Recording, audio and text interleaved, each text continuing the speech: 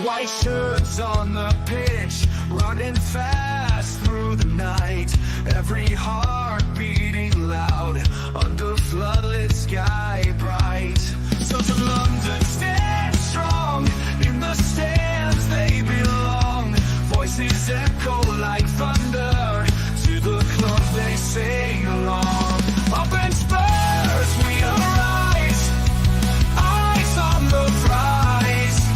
Victory in sight with all our might. King's fire in his eyes. Glory's what he seeks. With every goal he flies, rising to new peaks. From the lake to far and wide, with the pride of the fight. On this journey we'll ride, with our passion burning bright.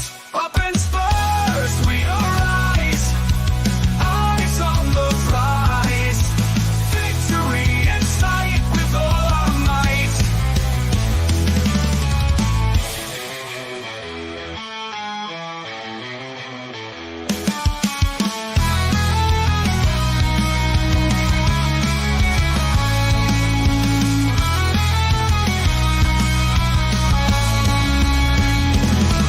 From the lane to far and wide, with the pride of the fight.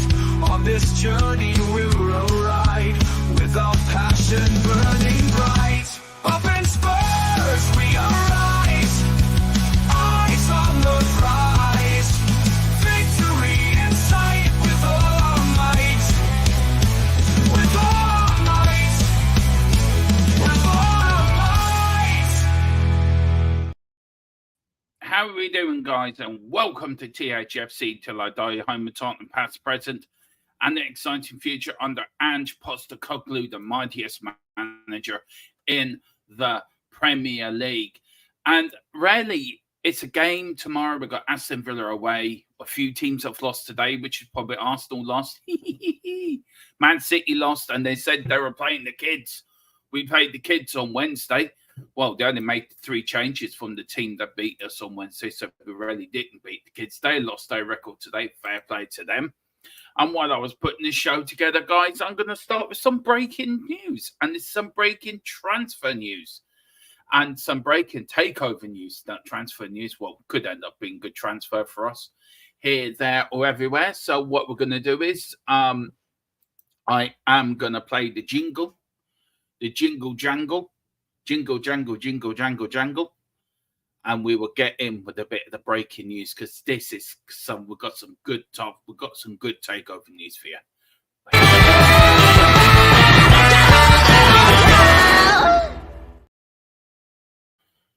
It's that good, I'm going to play it again.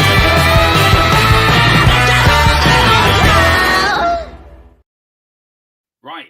What we can before I get into the crowd, so let you get your heads around this, guys, is now, as you know, there's been talks going along. It says, although current talks are ongoing with regards to Amanda and her consortium wanting to buy shares of Tottenham Hotspur Football Club, their underlying, now I was only told this today, the underlying intent from the group is to take the club fully over. Now, whatever be that now or in the future, Daniel has stated that his personal valuation of the club is set at 5.4 billion. Now, I was speaking to my source. I sort of reckon, and he sort of reckons, anything around the 5 billion mark might do it. Now, this is US dollars. I don't know how much that is in euros or British pounds. So maybe one of you guys in the chat be able to let me know how much that is in British pounds, if you can. Now, if it was to let the club go fully, however, there is once again another player poised potentially to enter the fray at the 12th hour. This is now going to become a bidding war to buy Tottenham Hotspur Football Club. And it is the one and only man who tried to buy Manchester United. He did look at Tottenham, but decided to go for United. He's now back in for United. Of course, it's Sheikh Jasmine, the Qatari billionaire, has once again surfaced after his loss against Ineos for Manchester United and is still interested in buying that English Premier League club. It is still unknown if he'll make contact with Daniel in regards with Tottenham, but he is in the market. So you're looking really at, do you want Amanda Stavely and her crew from Saudi Arabia taking the club over, which looks like it will happen, or do you want this gentleman from Qatar? It's up what's best for Tottenham. Who's going to offer Daniel Levy the money? And to be fair, and I'm not trying to be sexist or rude or anything, I would prefer Amanda Stavely take over. She's more friendly with the fans. She's there with her husband and in the crowd, and she gets involved with the club that did up in Newcastle. There seemed to be more with the club's best interests at the heart. But the only thing that worries me about her, she want to bring in her own manager. She will want her own man in there, and I'm sure the Qatari man as well will want his own man in there. But it's now getting to a point where I think by the end of the month, we should know one way or the other where this is going. Now, who do you want in charge? And this is down to you guys. This is down to you to let me know. Do you want Amanda Stavely and her husband and Saudi Arabian in charge, fully in charge of the club, which could happen? Or do you think, would you like Sheikh Jasmine, the Qatari billionaire, has once again surfaced? Would you like him in charge? Now, Amanda's going to bring a significant war chest with her for Ange to spend, and I'm sure the other man will as well. But she will want her own man in. And I'm sure the Qatari man will want his own man in. But Daniel Levy sticking to his guns that anyone that takes the club over has to give Ange Postecoglou time. And I think it reminds me very much of Ange and the Poch era, where he gave Poch 5 years, and look where Poch took us. Though it might sense that Poch is a loser because Poch never won anything. And I know that ruffled a few feathers, but what I mean by that is, right, that he may have got us to cup finals, and he may have got us to a Champions League final. He may have got us to FA Cup semi-finals. He may have got us to second and third in the league. He didn't have the nous to get us over the line. Now, hence, if he had, say, for an example, an experienced manager next to him to help him make the right decisions at that time, he may have become successful. But he didn't, and we didn't win them. And we had a chance to move on and really back Poch, and we didn't, because we were building a new stadium. We were doing this, we were doing that.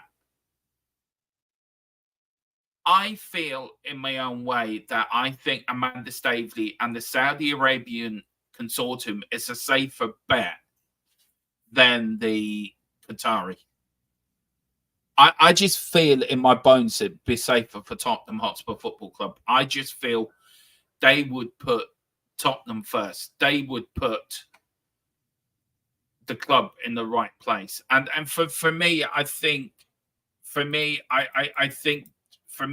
that's the best place for it.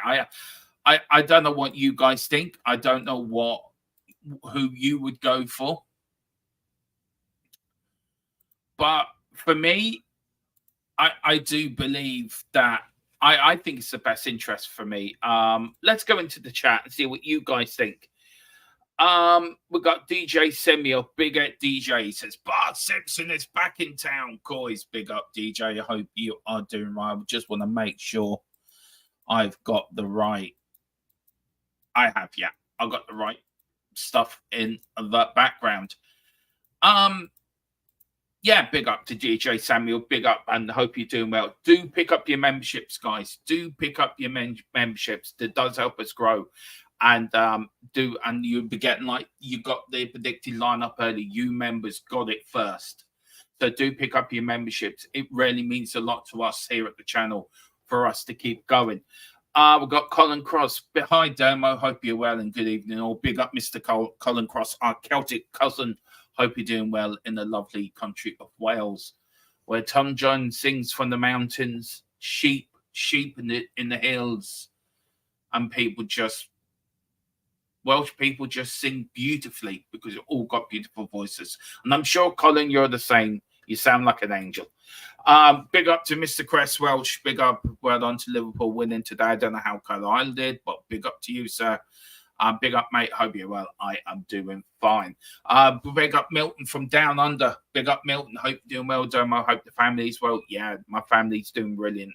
Thank you so much. Smash the like, peeps.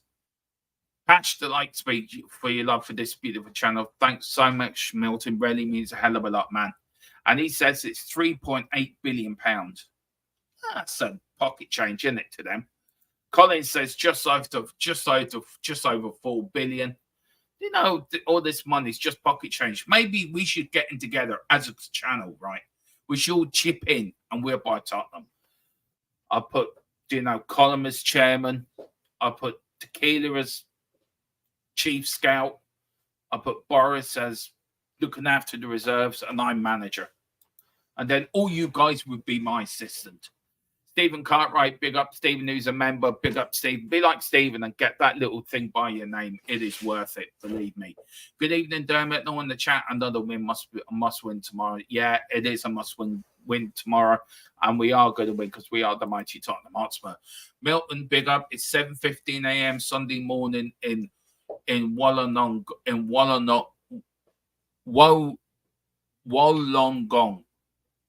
I hope I pronounced that right. Big up. Lovely in the morning. The Godfather himself is in the house, so I bet behave myself. There will be a horse's head going down to me. It's 4.18 billion sterling or 4.96 billion euros. There you go. There you go. I'm just watching what Mrs. Tron's doing. I don't know what she's doing. She's on her knees praying. I don't know what she's praying for, but she's praying for something. Anyway, somebody to buy Tottenham Hotspur so they can actually win something. Get the owner who actually wants to win and has standards. Good luck with that. Now, I'm going to say, Chris, good luck with that because all of them have skeletons in the closet. So it's really... Who out of the two... Tell me who out of the two has standards, but just... Nobody has standards when you come from that part of the world of your millionaires. Not even Daniel Levy and blooming Joe Lewis have standards. Philip said at least Staveley has the track record in the Prem. The other guys in unknown quantity. That's so true, Philip. It is so true. And that is the thing. It is an unknown quantity. Oh, but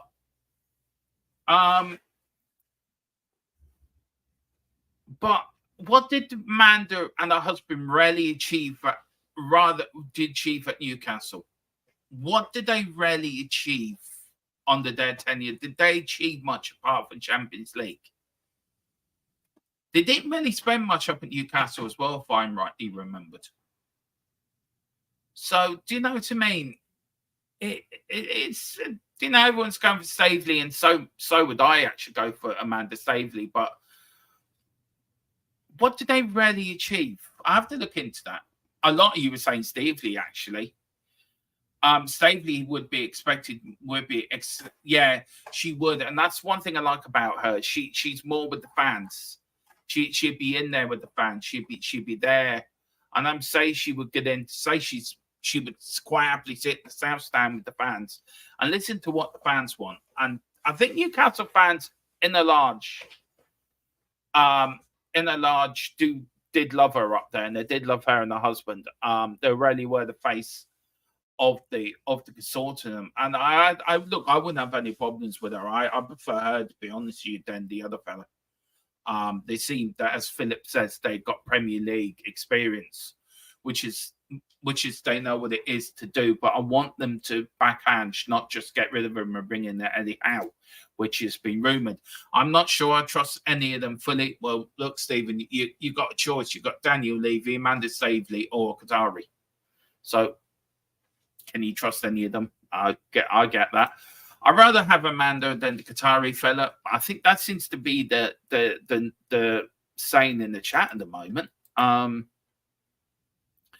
They got rid of. They did. I think. Am I right in saying that she actually had to borrow money of Mike Ashley to get rid of Mike Ashley? Why is that in my head somewhere? I think that's in my head somewhere. I do really. We got Milton. Did Newcastle lose the final to Manchester United? I think they did. Was that a League Cup final? I think there might have been a League Cup final. Milton, you could be right. October 2001, Levy took over at Tottenham. Yeah, well, what a lot of people don't realise, Levy and Enoch actually were one of in the consortium that actually bought the club off Scholar back in the late 80s, back in 91. They bought so much percentage shares back then, and then after that, they just gradually, as the 10 years went over, gradually bought shares of everyone, took enough to actually could have took over Tottenham fully. So they're already in the club 10 years before that, but they did. We should know by the end of the month. Be a lovely little Christmas present to find Daniel Levy no longer in charge of Tottenham Hotspur. She could not spend because of FFP at Spurs. She has an open. Yeah, that's it. Yeah, that's it. She'll have an open checkbook at Newcastle. And I was speaking to our source today, and I actually pointed out. He actually asked him. Well, he said it to me that if you could have any manager in the world, if you got an open checkbook, you could say to Pep, "Look, come down, Pep. You've got unlimited money now. If this Qatari buys over, I think you get that from them." But I do believe also that if they were to take over Tottenham, they will want to beat the likes of Man City. They will want to beat the likes of Manchester United. Because I'm sure that Qatari fella will really want to beat Jim Ratcliffe and beat Man United, because they're all from different parts of the Middle East. And I'm sure there's competition between them, so that we want to beat you. We want to be the best. So look, I don't know what you guys think. Put it in the comments below. Put it in the chat below. What do you think of this? I will read the breaking news sort of at the end of the show. We will go on with the pre-match show. Colin Cross, it was a League Cup final. Of course, yeah, Manchester United won. And Philip said she borrowed 10 million from Ashley but paid it back. Yeah, excuse me, Mike. Yeah, come here. Lend us 10 million so I can get rid of you. Fair play to her. She's got guts. But yeah, that is the latest. I will read it again, although current talks are ongoing with regards to Amanda and the consortium buying shares of Tottenham Hotspur Football Club. The underlying intent from the group is to take over the club fully. Now, I know there's a lot of something happened yesterday. I know something may happen early next week. This could move very quickly.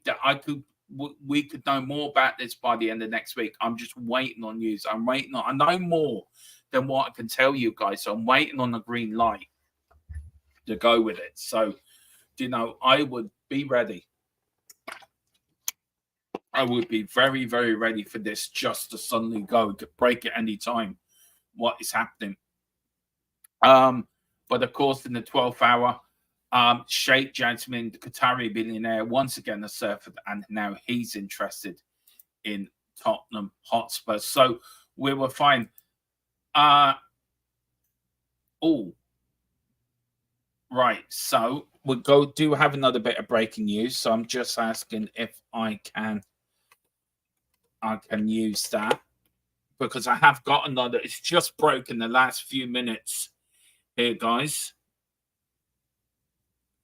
I don't know if I can or not. See, this is a problem of signing NSDs.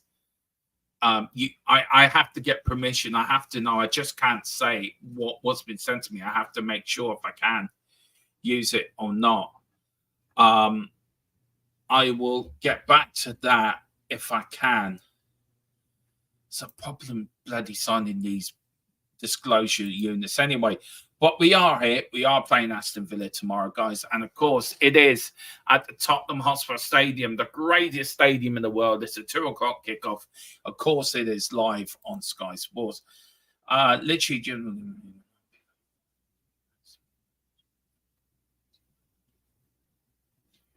right. Well, you can remove the basically the Qatari billionaire out of it.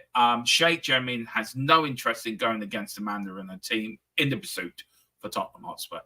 So basically, it's now Amanda's battle with Daniel Levy to take over the club. It's now up to her if she's willing to front the 4 British pounds, 3.8 to 4.1 billion pounds to take over the club. Yeah, and we have to wait and see what happens on this. But it's now done to them. It's now done to Amanda. It's all up to Amanda now. DJ, we can have a party. Yeah, if she buys out Levy completely, can you imagine some of the fan base? They would be over the moon. But then they will get sick of Amanda Sabley and want her out within about 5 minutes. So really and truly, it's a bit of a... Look, I've always said it.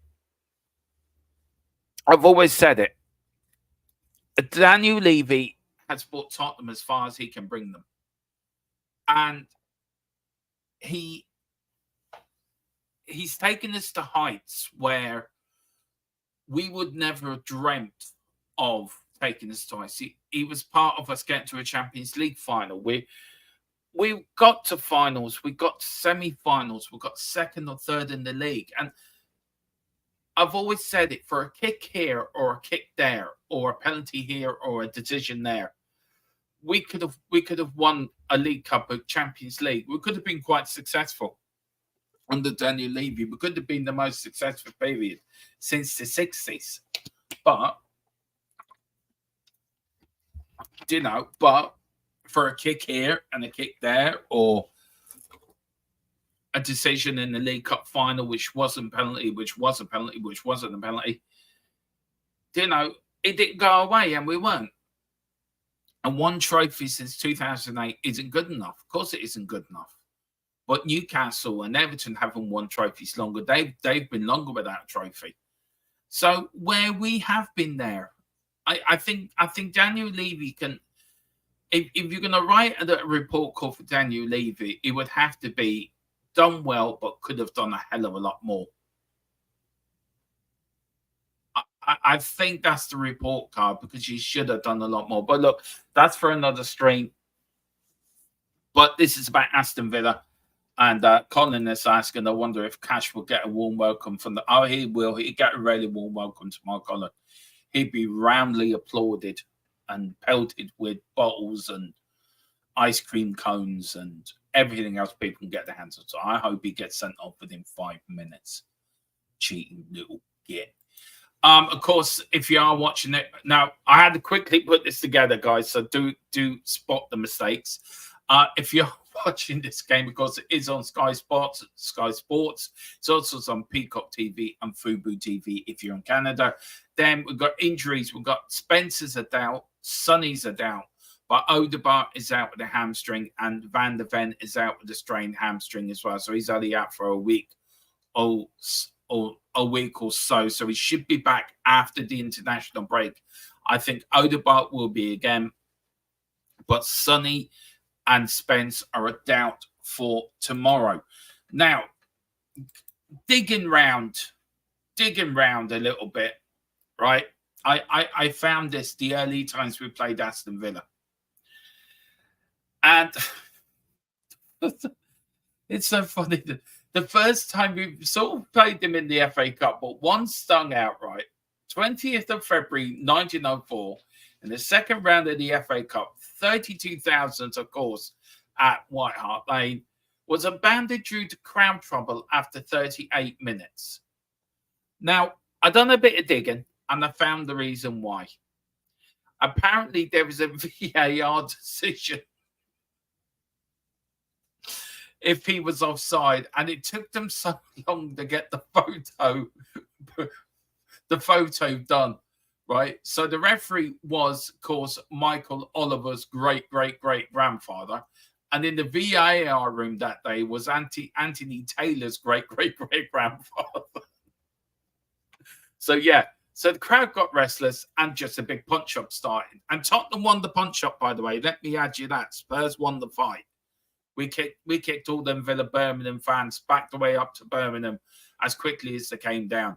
As you can see, it took us from the first victory against Aston Villa came on the 23rd of March, 1912, and 19,000 at White Hart Lane.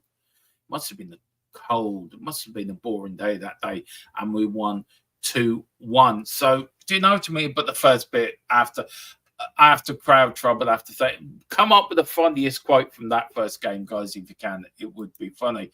Of course, Tottenham Hotspur against Villa in all competitions. We have played them 182 times, 79 wins, 39 draws, 64 defeats, 304 goals scored, 255 against. One FA Cup match abandoned due to VAR issues. Tottenham Hotspur record against Aston Villa is 54.12%. We've got a good record against them in the Premier League. We've only lost 18 times in 58 games, which in all of it isn't bad, really, guys. It isn't that bad. This is Tottenham Hotspur's Premier League goal scores against Aston Villa. Of course, Harry Kane's up with 8. Sonny there with 6. Jermaine Defoe with 4. Van der Vaart with 4. Adebayor with 4. Robbie Keane and Gareth Bale on 3 respectively. Go down to that list, and there Werner with 1 as well. This is Tottenham's longest win rate against Aston Villa. It started in 1946. It continued, and then it ended in 1962. Yeah, ended up 1962, the longest run without a loss versus Villa from 1946 to 1962. We played 25 times, had 20 wins, 5 draws, no defeats, scored 62 goals, and 22 against. Our longest run without a win versus Villa was between 1991 to 1996. 14 played, 5 draws, 9 defeats, 8 scored goals, 17 against. So, really, that's some ring record. That is some ring record. 1946 to 1962. That is something else. Now, in the Premier League, of course, we played it 58 times, guys. 15 draws, 25 wins in total for Villa, 14 at home. For Spurs, 14 at home, 11 away, 18 in wins in total for Villa, 10 at home and 8 away. Last 5 meetings, of course, against Aston Villa hasn't really been great reading. We did beat them 4-0 in March of last year in the race for top 4. We beat them 4-0, fantastic result. But we lost to them 2-1 at White Hart Lane at the end of the previous season, 2-1. We lost to them in November as well of that year, 2-1 as well. We then lost to them on the 1st of January, the first day of 2023, 2-0 at home. And then, of course, on the 9th of April, 2022, we beat them 4-0. So let's hope history doesn't repeat itself. Form guide, Tottenham Hotspur, 3 wins out of the last 5, because only 2 defeats, 3-2 to Brighton and 1-0 away to Crystal Palace, but we have won 3-1 against Brentford, 3-0 away to Man United, and 4-1 at home against West Ham. I think out of 10 games we've won, I think, we're only 8 wins, sort of 2 defeats out of our last 10 games, which for me is a great little run. Do you know what I mean? And then you compare that to form guide to Aston Villa. They've actually haven't lost in the last 5. They've got 3 draws and 2 wins. But they've lost the last 2 games. They lost, of course, to Crystal Palace. They drew in the league last Saturday, and then lost to Crystal Palace in the League Cup during the week. So they're not coming into this with a confidence quietly knocked, and we're coming in after a brilliant performance against Manchester City. If you look at this, we're 8th in the league. Villa are 4th, 4 wins and 5 in respective of each club. We've got 1 draw, 3 for Villa, 4 defeats for us, 1 defeat for Villa. Average goal scored per game, 2 for Tottenham, 1.78 for Villa, 1.11 average goals conceded per match, 1.22 for Aston Villa, 2 clean sheets for us, 1 for Villa, 2.22 chances created per match, 2.89 chances created for Aston Villa, 4-0 as our biggest win, of course, against Everton at the beginning of the season, 3-1 for Wolves. Our worst defeat was 3-2 away to Brighton, 2-0 at home for Arsenal. Against Arsenal for Aston Villa. Top player stats, Ollie Watkins, of course, 5 goals for him. He's leader in the sort of Tottenham Aston Villa player thing. Top assists in that group as well is James Maddison with 3, and Destiny Udogie is at top of that with 26 tackles. And that's it. That is all your little bit of information, guys. And look, it is a very big game tomorrow. It's an important game. So let's get back to the chat. Yeah, Philip says Romero. Yeah, I'll give Romero 60 seconds, Philip, not even 5 minutes. He'll just get out of the tunnel. He'll just look at Cash and clump him one there and then in the tunnel. And then he just got the referee, nothing to do with me. I didn't touch him. But are we going to miss Van der Ven tomorrow? Have a look at my predicted lineup, guys, and let me know. Colin, Newcastle have been waiting since 1969. I know. There's clubs longer that haven't won a trophy longer than we have been waiting. And you would think, I know 2008 is a long time, I get that. But do you know what I mean? There's clubs longer than us. We've got DJ. Only if we had time machine to go back and join the fight. I know. What would we do, DJ? Jesus, I mean, back in 1904, I didn't think hooliganism happened back in 1904. But apparently it did. And apparently VAR, and apparently Anthony Taylor and Michael Oliver again. I mean, it doesn't, and Mike Dean, he was the 4th official. He started it all off, apparently. We've got Peter going, hi, Oz. Big up to Peter, 7:35 a.m. in Melbourne. Good morning to you, sir. Good morning. I can't help but think this is a massive game. It is a massive game tomorrow, Carl. It really is a massive game, man. It's a massive game for Villa, but it's also a massive game for us. If we have any intentions of going for that top 4 and going for the league, I think we've got to win tomorrow. I think if we win tomorrow, then we're well in the chance of winning the league. No, I'm not joking. We're in a good place for top 4.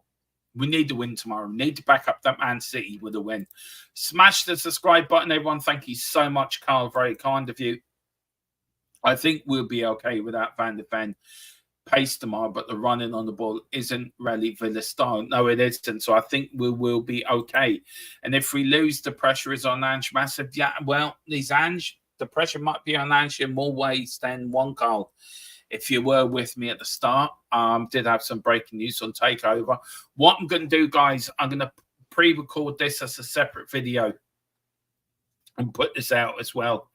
So I'll go over it in a video. But I thought by doing it with you guys first, you live here, I thought you had a right to know. But there will be a separate video going out tonight. After I've done this show, I will be. Well, don't go back, Carl, because I've been putting it out as a pre-record anyway. So if you give me about an hour, I'll have it out by 10 o'clock tonight, guys, so you can see it then. But that is it, guys. That is all for me. Good evening, Mick. How are you doing? Good evening, Dermot and Carl Simpson. Good evening, Mick. Hope you're doing well. Well, listen, guys, that's it for me. The throat's a bit sore, so I'm trying to keep it down to a minimum. So I'm fighting fit for tomorrow for the watch along. But we are on tomorrow, guys. I have this written down. See? This is now me being really good. 1:15, we're live with Tottenham Team Talks. So 1:45, we're live with the watch along, of course, with Tottenham against Aston Villa. And then at 4 o'clock, we have post-match live. And then, of course, on Thursday, we've got the Europa League game, guys. So put this in your diary. 4 o'clock, we're on with Tottenham Team Talks. We start the watch-along build-up at 4:30, and then we're on at 7:30 with post-match live, of course, as well, to give you a chance. So if you grab your memberships, you do get onto them post-match lives. I'm going to try to make sure to go after every game if you can. I'll tell you what I'll do. I won't bother doing the pre-record. I will do the pre-record because I want to do it anyway. I want some more thoughts on that thing. But listen, guys, big up. Enjoy your Saturday evening. It was only a quick pre-match show anyway. I think we're going to win 4-0. I think we're going to smash them tomorrow. We are the best team in London. We are Tottenham Hotspur. And the media, Chris says the media are still only saying Arsenal are not in the title race. Arsenal are nowhere near a title race. It's Liverpool. It's between Liverpool and Man City. Chris is going 2-2, his prediction. No, going for 4-0, mate. It's a 4-0 win. Absolutely 4-0 win. Just very quickly, big up the column, who's not very well at the moment, guys. So please send your very best to column. And also Tequila is not well at the moment either. I think Tequila is now back in hospital again due to his COVID. So guys, please send them your support and your prayers and the love to the pair of them. But Column's just got I think Column's just got the flu or something, but with Tequila, I'm sure if you're watching Tequila, everyone's sending your best to you. And I hope you feel better soon, sir. So great to have you back. Mick goes for 5-0 to Spurs. Yeah, good one, Mick. If we win the league, that might be the first thing you got right. Yeah, probably. Didn't I back Liverpool to win the league at the start of the season, Chris? I think I did back Liverpool to win the league, actually. I think I did back the league. We've got Carl 7-1 to Spurs. See, Carl's right up my street. Carl is right up my street. 7-1. Of course, 7-1. And then Chris says, speedy recovery, the column. Of course, guys. Well, I'll tell you what I'm going to do. I'm going to bounce out of here, do this pre-record, get it up tonight. But, guys, whatever you do, join me tomorrow at 1:15 with Tottenham Team Talks as we take the mighty Spurs, take on the Villa, and we're going to shove them all the way back up to Birmingham with the tail between their legs with 3 points in our pocket. The mighty Spurs are going marching on. Harney Spurs in Big Antry Trust. We never stop. We are winning the league. Well, the quad is on still. I think it is. Come on, you.